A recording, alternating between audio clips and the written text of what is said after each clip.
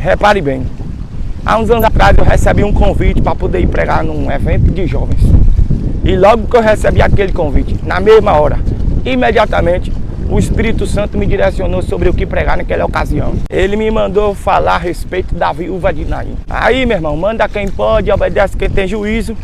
Diante do direcionamento, eu fui estudar, a respeito do texto. Essa mulher já tinha enterrado o marido, claro, é viúva. E a narrativa bíblica sobre ela diz que quando Jesus foi encontrar com ela, ela estava a caminho do cemitério pela segunda vez. Agora, para poder sepultar o seu filho, o único filho que ela tinha. E a Bíblia diz que Jesus ressuscitou o menino. Aí eu comecei a pesquisar, analisar o texto, aprender sobre o contexto, e Deus foi conversando comigo. Espia só, naquela época a sociedade funcionava debaixo de uma construção patriarcal muito rigorosa. As mulheres não tinham vez e nem tinham voz. As mulheres eram ensinadas que sem um homem elas não seriam ninguém.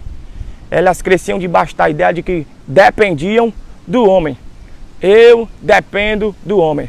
Era isso que tinha dentro da cabeça das mulheres naquela época. Enquanto filhas, elas pensavam, ai de mim se não fosse meu pai. Enquanto esposas pensavam, ai de mim se não fosse o meu marido. A coisa era tão extrema que quando acontecia de um marido falecer, a mulher era considerada de sorte se o marido falecido tivesse deixado pelo menos um filho do sexo masculino. Porque se tivesse deixado uma menina também, já não tinha a mesma relevância.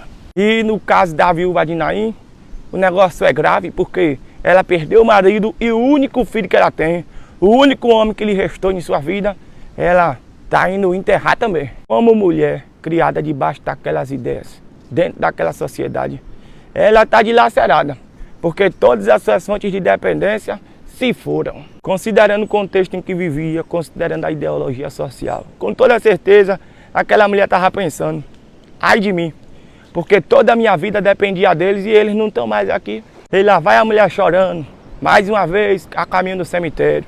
O corpo do filho dela no caixão, o pessoal carregando, um desespero. E ela toda arrebentada, toda angustiada, se sentindo um nada. Aí de repente Jesus aparece diante do cortejo, manda parar tudo, se dirige até aquela mulher e diz para ela, não chore não. Agora como é que diz para uma mulher numa situação dessa não chorar? E na verdade essa situação não era para trazer mais dor. Dessa vez, essa situação é para trazer uma lição. Depois que Jesus diz para que ela não chore, ele fala com o morto e o morto ressuscita. Aí a Bíblia diz que Jesus tomou o menino ressuscitado pela mão, tirou de dentro do caixão e devolveu a ela. Repare bem, naquele dia, a graça de Deus desconstruiu uma ideia e construiu outra na mente e no coração daquela mulher. Antes ela pensava, ai de mim se não fosse meu pai, ai de mim se não fosse meu marido, ai de mim se não fosse meu filho, ai de mim se não fossem os homens na minha vida. Aí Jesus aparece se revelando de uma forma extraordinária, operando um milagre assustador. E agora eu vejo ela pensando, ai de mim se não fosse a presença de Jesus, ai de mim se não fosse a graça de Deus, se não fosse a misericórdia dele. Jesus chegou para poder organizar a mente daquela mulher e colocar um equívoco no chão. Nas entrelinhas do milagre eu vejo Jesus dizendo, epa, dos homens você precisa, mas é de mim que você depende. Precisar é diferente de depender. Não confunda as coisas não. Você precisa do seu marido, mas é de mim que você depende. Você precisa do seu filho, mas a sua fonte de dependência sou eu. Você precisa de amigos, mas se te rejeitarem, se te traírem, se te decepcionarem, você depende de mim. E eu sou seu amigo de todas as horas. Você não vai morrer por causa da ausência de alguém amado que partiu. Você não vai morrer de dor, nem de solidão. Tampouco vai afundar no mar da depressão por causa da partida de alguém, por causa de rompimento, de quebra de aliança, de traição, abandono. Das pessoas você precisa, mas é de Deus que a sua vida depende. E o nosso problema é que a gente faz confusão a respeito disso. A gente se comporta como se a gente dependesse das coisas e das pessoas. Aí, quando alguma coisa ou alguém nos falta, tem gente que perde até o prazer de viver. A mulher de Jó é um exemplo dessa confusão que a gente faz. Quando ela perdeu coisas e pessoas, ela não aguentou, virou para Jó e disse, amaldiçoa teu Deus e morre. Porque na cabeça dela viver sem certas coisas e sem certas pessoas não valia a pena. Mas em contrapartida Jó disse, como fala uma louca mulher, tu falaste agora contra Jeová. Você aceitou o bem com prazer e o mal você não pode aceitar. no sair do ventre da minha mãe, no tornarei para lá. Bendito seja o nome do Senhor. Aí, ó, nas entrelinhas do que Jó diz, eu vejo ele dizendo: mulher, das coisas, das pessoas, a gente precisa, mas a nossa vida depende mesmo é de Deus. Agora deixa eu contar aqui um testemunho pessoal.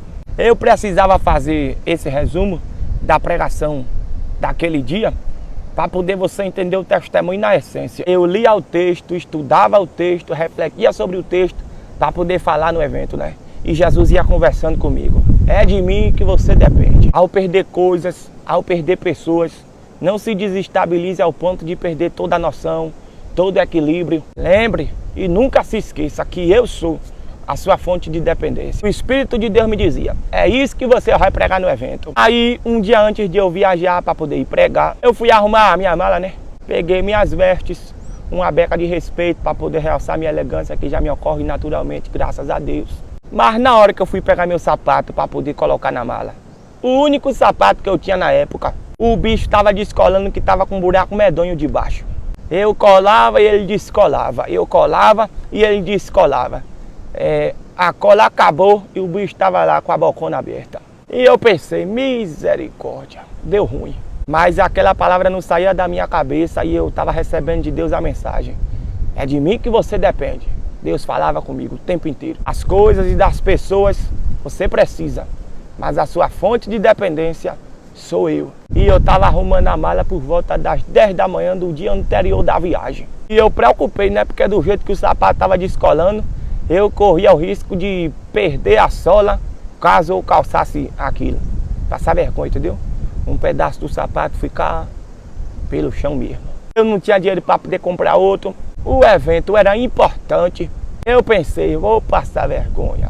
O que foi que eu fiz? Não tinha nada que eu pudesse fazer a não ser orar. Eu comecei a orar e eu pedi a Deus um sapato novo. E eu orava com o sapato na mão, como se estivesse mostrando para Deus assim: Senhor, olha para aqui o tamanho do buraco que está nesse sapato, meu pai. Me dê outro, não deixe teu servo passar vergonha não. Eu pedi um sapato, eu pedi a Deus. E enquanto isso, eu seguia meditando no texto sagrado. A preocupação com o sapato que ia se rasgando não era maior do que o peso de glória da palavra que Deus estava me revelando para poder eu pregar lá no dia do evento. Eu ouvia o tempo inteiro o Espírito de Deus dizendo: é de mim que você depende. E vá dizer isso ao meu povo, vá dizer isso à minha igreja, porque tem muita gente equivocada. Aí, por volta das 10h30 da manhã, eu encerrei minha oração. Quando foi mais ou menos meio-dia, o celular tocou. Era uma irmã da igreja, uma mulher de oração. E ela disse assim: Breno, tem como você vir aqui em casa? Eu digo: é agora. Aí eu fui lá. Quando eu cheguei lá, ela começou a me dizer: ontem, quando eu estava orando, Deus me deu uma visão. Eu via você descalço e via um par de sapatos na sua frente. Aí ela seguiu dizendo, mas eu não entendi e deixei aquilo para lá. Só que eu estava aqui em casa hoje de manhã lavando os pratos e eu tive a visão de novo. Eu via você descalço e um par de sapato na sua frente. Aí eu perguntei a Deus o que era que aquilo queria dizer e Deus falou comigo: minha filha, meu filho está precisando de um sapato novo, compre e dê a ele. Minha gente, eu orei na sexta-feira e na quinta-feira, um dia antes de eu orar, um dia antes de eu me dar conta do sapato que estava se rasgando, Deus já estava cuidando da resposta de uma oração que eu ainda ia fazer. Aí eu me lembro dos Salmos, número 139, o verso 4. O salmista disse que antes que a palavra venha à nossa boca, Deus já sabe o que é que a gente vai dizer.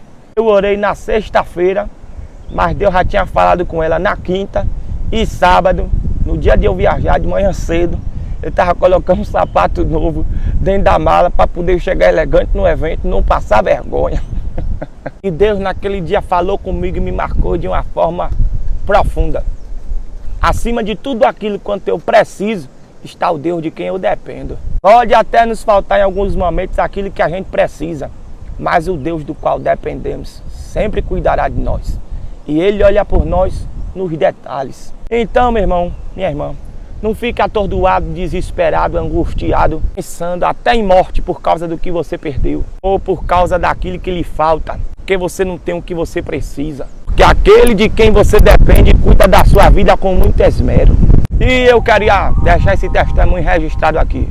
Obrigado pela atenção, o prazer acabou. Deus abençoe e ilumine. Molhemos a palavra e voltemos para casa. Oh, graças a Deus, caminhadazinha boa.